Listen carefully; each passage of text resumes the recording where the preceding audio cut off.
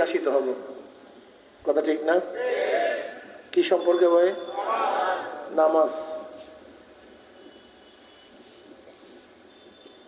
সলা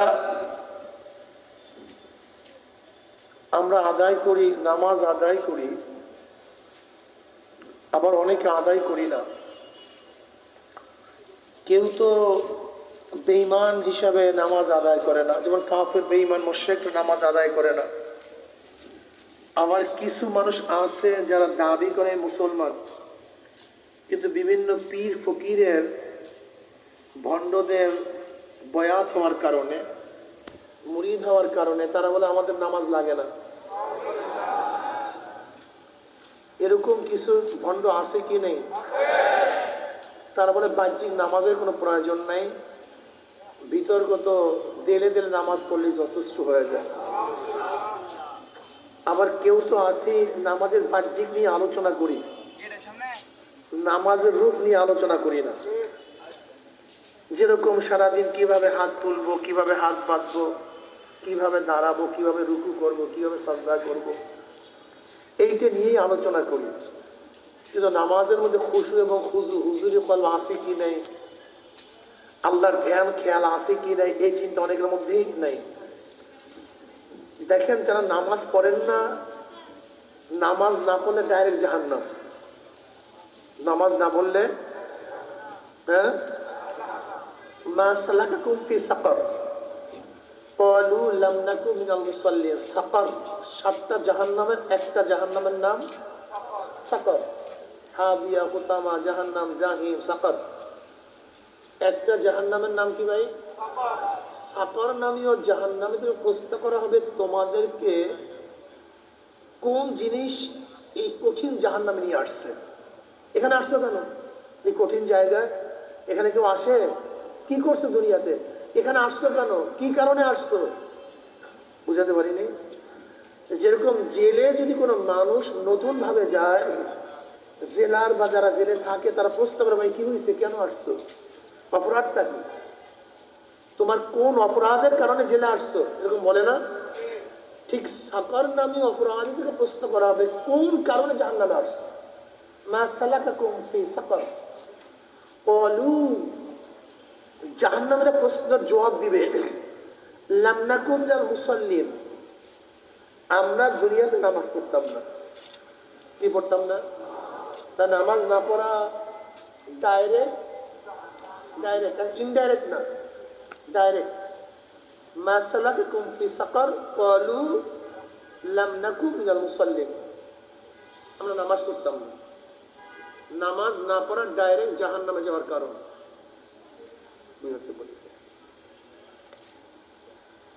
নবী আলাইহিস সালাতু ওয়াস সালাম ফরমান আল ফারকু বাইনাল আবদ ওয়াল কুফর তারকুস সালাত।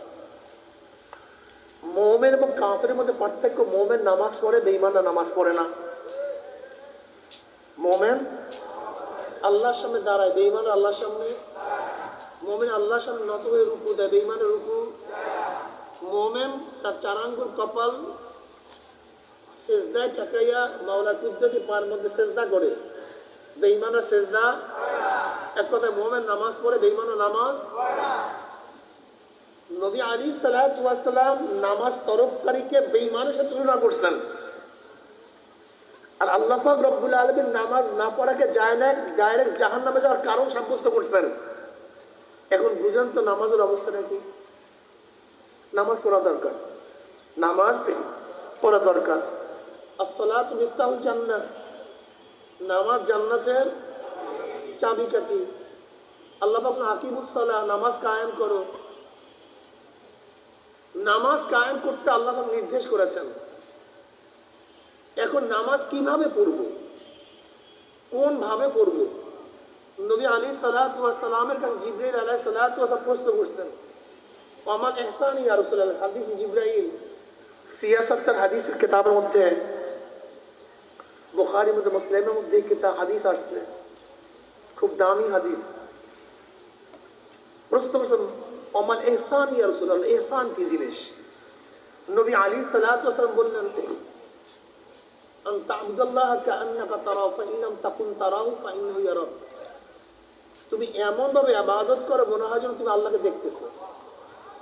কাআন্নাকা কাআন্নাকা তারা, মনে হয় যেন তুমি আল্লাহকে দেখতেছো। এইভাবে দেখতে বলে কাআন্নাকা।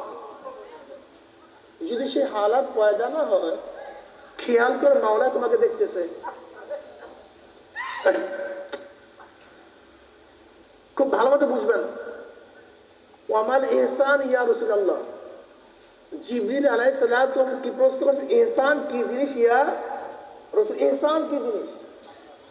প্রথমে ঈমান ইসলাম সম্পর্কে জিজ্ঞাসা করছেন, এরপর ঈমান সম্পর্কে জিজ্ঞাসা করছেন, এরপর প্রশ্ন করছেন ইহসান কি জিনিস। ইহসান হুসনুন থেকে, হাসান থেকে ইহসান। হাসান শব্দ অর্থ কি? সুন্দর, উত্তম, ভালো। ইহসান কি জিনিস? ইবাদতের ইহসান কি জিনিস? নবী আলাইহিস সালাতু ওয়াস সালাম বলেন তুমি এমন ভাবে ইবাদত করো যেন তুমি আল্লাহকে দেখতেছো। যদি হালাত পয়দা না হয়, খেয়াল করে মাওলা তোমাকে। তাহলে দেখেন ইবাদতের সূরা দুইটা, যুবকরা খুব ভালো মতো বুঝবেন। ইবাদত করার পন্থা পদ্ধতি কয়টা? হয়তো আপনি আল্লাহকে দেখবেন অথবা আল্লাহ আপনাকে দেখছে। মুরাকাবা, মুশাহাদা। মুশাহাদা মানে আপনি একটা শাহেদ, উপস্থিত, দেখতেছেন। মুরাকাবা ধ্যান করতেছেন।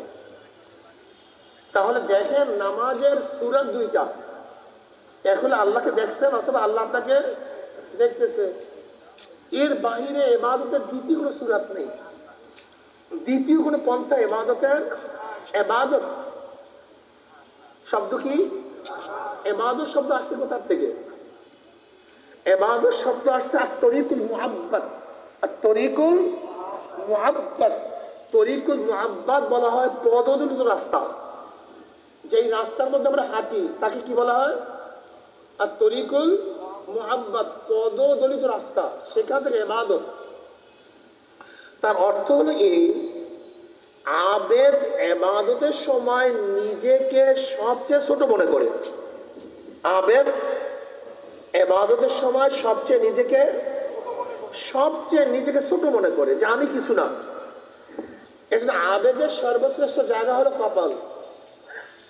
সর্বশ্রেষ্ঠ জায়গা, সবচেয়ে নিচের জায়গা যেখানে পাও রাখে, সবচেয়ে উঁচু জায়গাকে নিচের জায়গায় ঠেকাইয়া আবেদ প্রমাণ করে মাওলা আমি কিছু না, তুমি সব। আমি সব, সব তুমি।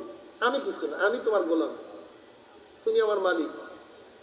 আমি তোমার সৃষ্টি, তুমি আমার খালেক। তুমি সব, আমি নিস্তি। তুমি থাকবে, বাকি আমরা ফানি। তুমি মালিক, আমরা কিছু না। এর জন্য আল্লাহর সামনে আমরা সিজদা করলাম। আল্লাহু আকবার।